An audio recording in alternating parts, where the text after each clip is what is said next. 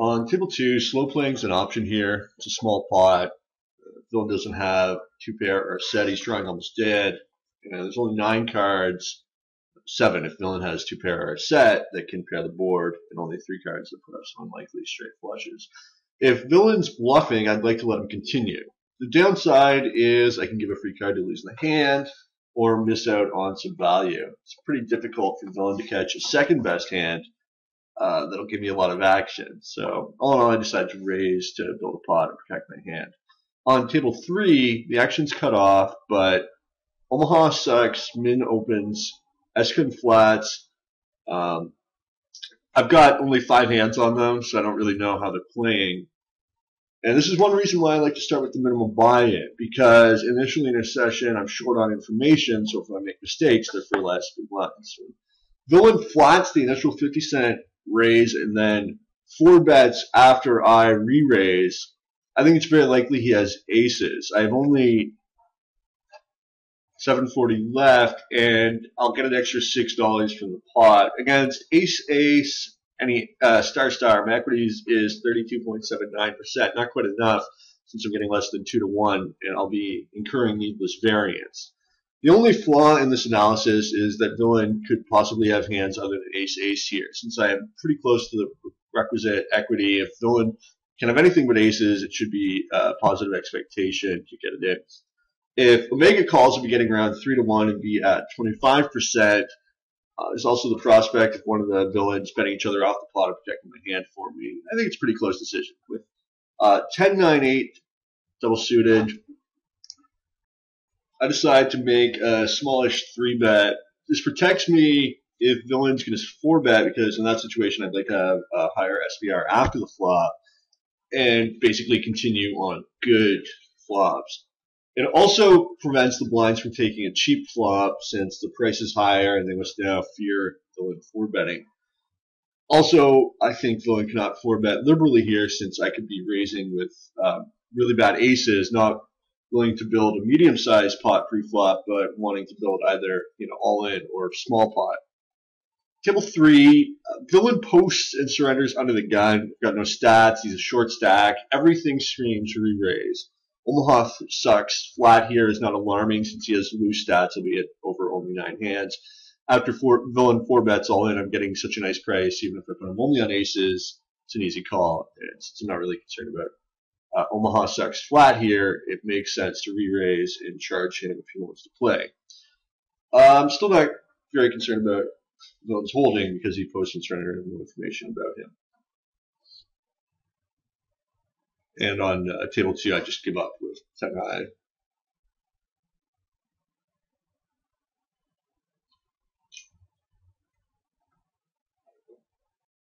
Table 1, I make a pretty loose call with the very weak hand out of position. Probably should fold, but doesn't really matter. On the turn, I think this is a clear bet, which I miss. It's not so much the strength of my hand, but the size of the pot. There's so little in there, I might as well bet. I have a variety of draws. If I get raised or called and missed, the bet costs me little because of the size of the pot. And on the river, I attempt a 25-cent value bet, which does not get called. I think it's kind of sad. Table 3. I consider 3-betting with this high card hand, but elect to take a flop instead, since I'm going to be out of position on future betting rounds. The flop looks good, but not great. I've got top pair, second best kicker, 3 clean kickers to hit. Probably best hand at the moment of backdoor hearts, or runner gut shots. Villain bets a decent size of the pot on the flop. Because there's reverse implied odds here, I might want to fold, but I thought I had the best hand a lot of the time and didn't want to throw away an equity advantage. So my plan was to check to side on breaks, probably folding to series seed and check raising if I made top 2 pair on the turn with an 8 jack or queen. Table 1, this should be a fold the first time pre-flop, getting the 2, but getting such a good price after the 3-bet, I take a flop.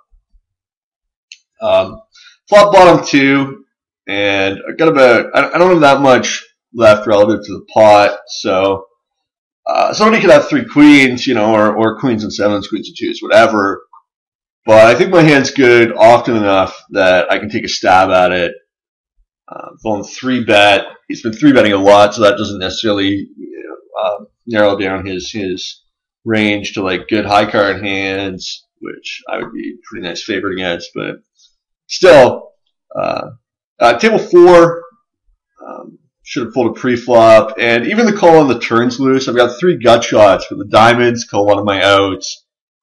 And on the river, when villain leads out, I thought about flatting to see if the other player would call, but it's not that much more. There's a lot in the pot already, so I just put it in. On table four, I make kind of a loose completion. Got high-low. My hand's not that great. And I flop second nut flush. I lead. Goes flush flat. And he's got pretty nitty stats over a small sample. When he takes this line of flatting my bet, and then after villain raises and I call, he comes over the top. This is a very nutty line.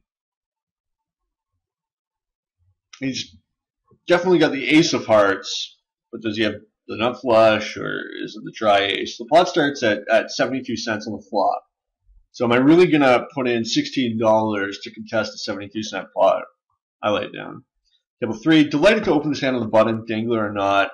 After I c-bet the flop and villain calls, it's pretty clear the hand's over. He's got a king. Now, on the turn, I start to think, well, maybe I can suck out on him. King 10's very unlikely. So all I have to do is hit one of my kickers of the flush. Now, this is wishful thinking. How do I know we don't share kickers? I'm getting the right price with 10 outs if I consider that I've got 10 outs, but you really have to discount my outs. So I think it's an easy fold on the turn, unless I think the villain's on a wrap and then bluffing. Pretty unlikely. He calls the flop. Very, very likely his hand is exactly one king. Table four, obviously not a great hand pre-flop here. So I'm basically on check fold until the turn. On the turn, I turn sixes full of aces. And I've got a problem now. The underfold's a very tough hand to play. I don't think I can stack off here on the turn, but it's very likely I have the best hand. So I decide to flat, and the river kills my hand. And it seems, in retrospect, on the river, it's obvious that Moff Coop was bluffing on the turn. It probably should have been obvious on the turn as well, since if he had an ace, he probably would have bet the flop, but then doesn't the same logic apply to Kenja? When he have bet the flop with an ace? Unless perhaps a very weak kicker, or he could have been slow playing full house,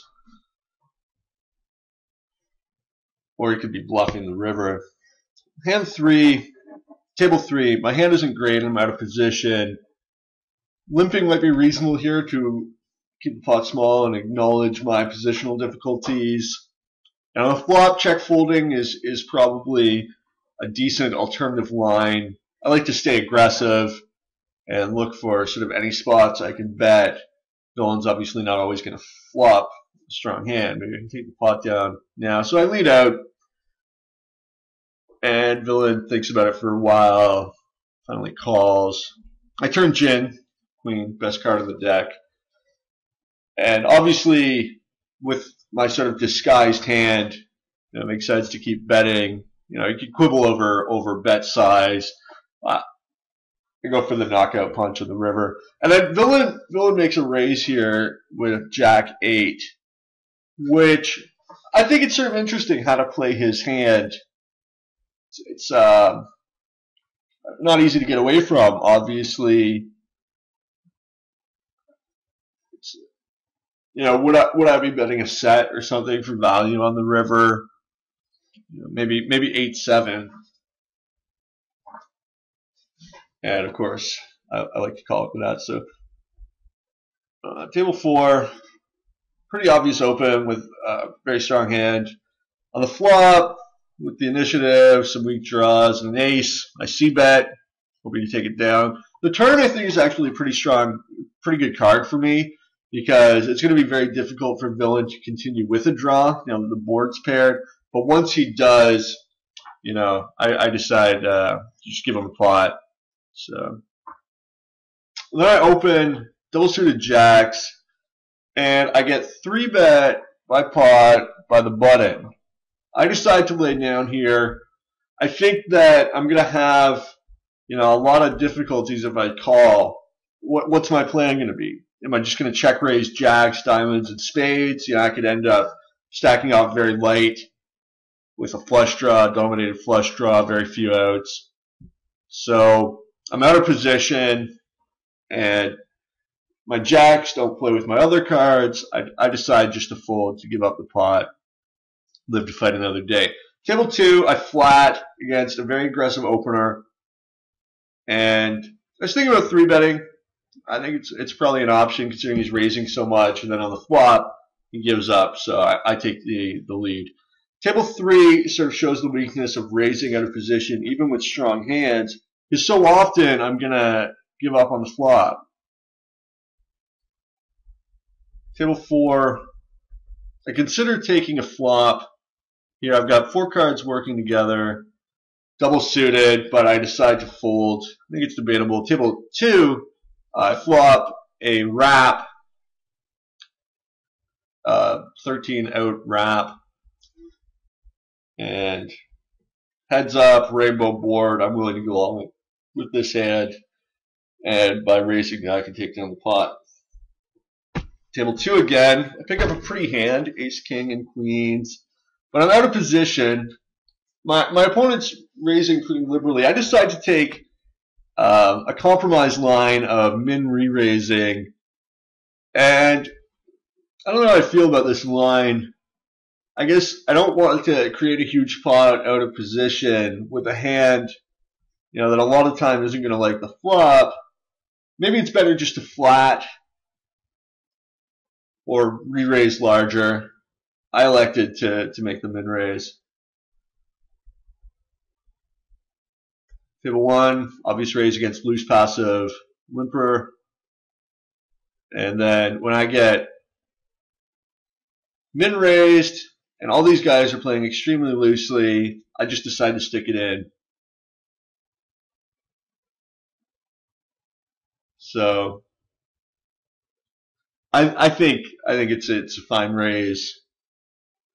I'm going to be very much a favorite against the sort of weak hands that they're calling and raising with, and I get lucky enough to hit a very good flop for my hand, and my opponent's almost drawing dead. Now on table 1, I pick up a high card hand, and again these guys are going very aggressive, going hard at each other. So this looks like a good opportunity to cold 4-bet a non-aces hand, and I go ahead and do that. If somebody has aces and kings, I'm a dog. If they have anything else, which I'm wagering they will have most of the time, I should be a pretty good favorite. I luck out on the flop. I catch pretty nice flop, all things considered, and I managed to win this hand with runner, 2 pair. So it's pretty nice. Wasn't really expecting to win when I missed all my draws. Table 4, my opponent, just by stats, looked pretty passive over 30 hands. So I decided not really to contest the pot and just to fold. Table 1, I pick up a pretty strong hand, out of position. I make a smallish re-raise again. Maybe it's better to flat or to raise bigger to exploit my equity edge. I'm sort of worried about playing out of position, and I don't want to create a big pot now that I'm just going to have to check fold a lot. And I flop nothing. No, on the turn, I'm getting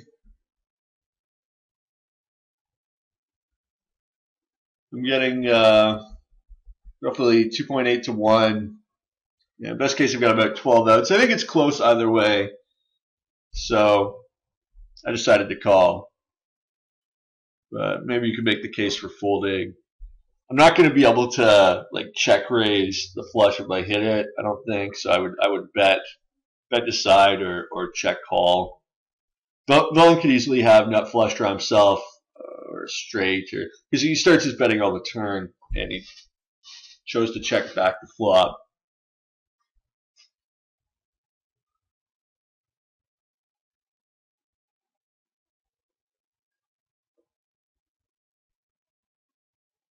On table 2, I pick up a medium rundown. These hands aren't as good when you've got the gap at the top. I'd much rather have 10-9-8, 10-9-8-6 than 10-8-7-6. And on table 3, I pick up a nice connected hand, but it's raise re-raise to me. So I just toss it. Table 2, I end up missing a bet there on the turn with top pair, gut shot, weak flush draw. So maybe a little too passive. No big deal. I take a very weak passive line with my aces on table 4. Again, out of position, acknowledging my positional difficulties. Table 5, here I 3-bet. High card hand, out of position, and I've got about 2 SBR on the flop, so I decide to go ahead and stack off. Once I've bet, I have to call the raise. I'm getting incredible odds, although it's clear at this point that I'm a dog. And maybe I should flat, free. I think I played the hand all right. It's not a great flop. Table 4, here I flat, in position with, I isolate in position. And I flop a wrap against a loose player. I turn the straight. 8-9's possible, but I've only got like 1 pot size bet left, a little over 1 pot size bet left. I got 2 pair as well. So, and when villain checks the river with so little money behind, I don't like the board pairing, but you would think that if he had a full house, he would just go ahead and bet it himself.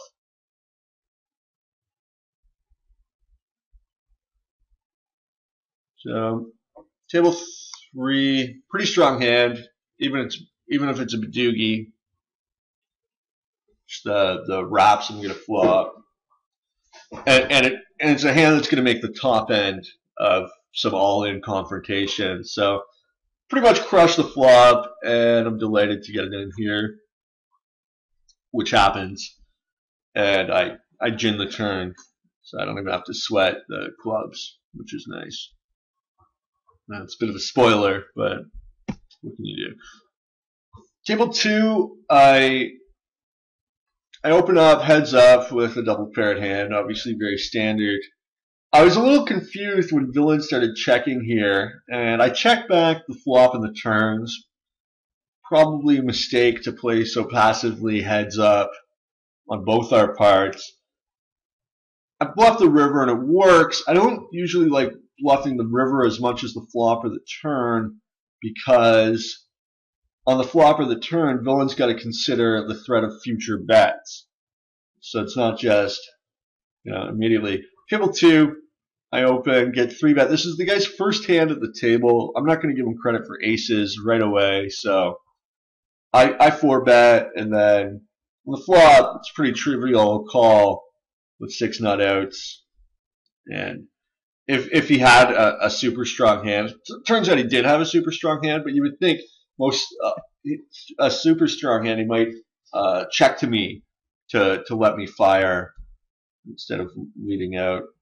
Leading out sort of makes it look like he wants me to fold.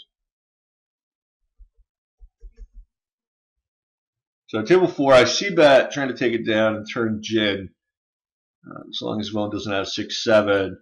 On the river, my opponent looks really loose, so I go for some thin value, and it sort of blows up in my face. I'm too committed to call.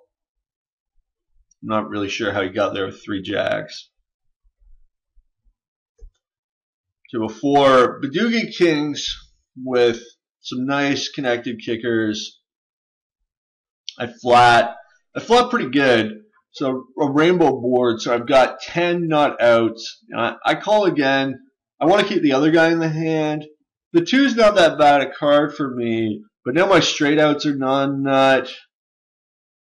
And it's kind of tough to see how a tight player could have me beat there, aside from like 8-8, 9-9, or aces. Well, I decide to lay down. Table 5, again, very strong hand. Queen high, run down. I'm out of position, but I think I'm going to hit enough flops that I can just go ahead and 3-bet. I make sort of a small sizing again.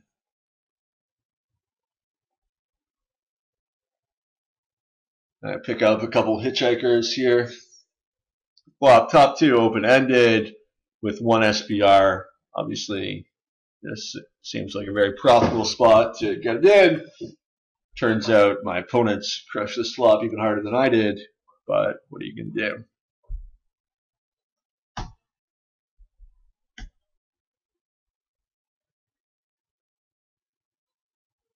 On table 4, I raise with this high card Badoogie hand, which 5-handed is fine, even in first position. I flop pretty good, flop the nut, and I bet. Pretty standard. There's no flush draw, so I don't have to be concerned about getting free rolled by a straight with a higher flush draw. On the turn, I attempt a tricky check raise. Given my opponent's loose passive style, this is probably a mistake. You'll note on the river he checked back at full house. Not exactly the type of player who bets a lot. Player 1 or table 1, I make a pretty bad open with King Queen Jack 7. The 7's a dangler. Might not look like it, but it is. And 3 spades in my hand, not to mention King Eye spades, pretty second best to begin with. I flop top and bottom in a very crowded field, and I check, and then it gets checked around to the button, who seems very loose passive based on his statistics. So I just fold when he makes a substantial bet at the pot. I think it's an interesting spot. You got to be careful in 5-way pots, but there's no doubt a very strong case for betting the flop. But if I do bet the flop, I'm almost certainly going to fold to a raise. So maybe my course of action was more prudent. Definitely a mistake to play pre-flop.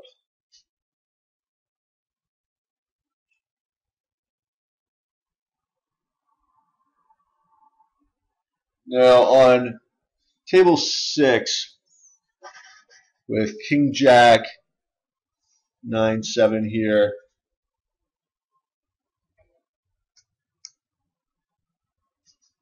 I end up flatting a raise out of position. I flop gut shot with King High flush draw.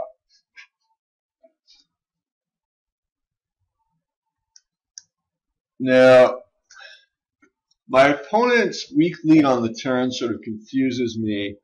I play this hand very poorly, and maybe it underscores the weakness of playing these sort of hands out of position, and that even if you catch a good flop, it's going to be tough to play it well.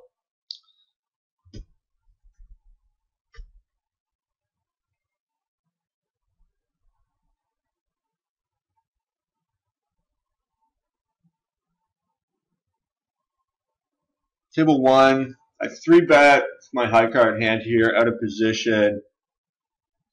I'm pretty short, which helps.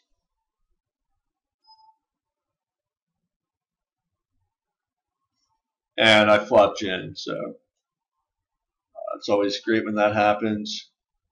Table 4, I call. I've got a Badugi 7-high rainbow. I'm sort of squeezed between the 3-better and the other caller.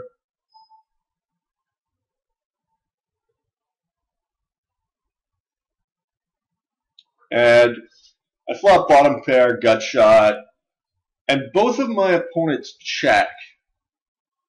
Ivan checks with the initiative, and Mr. Left Call checks after both the pre-flop 3-better and myself have checked. So when Ivan makes this weak lead on the turn, I make the determination that nobody's got anything.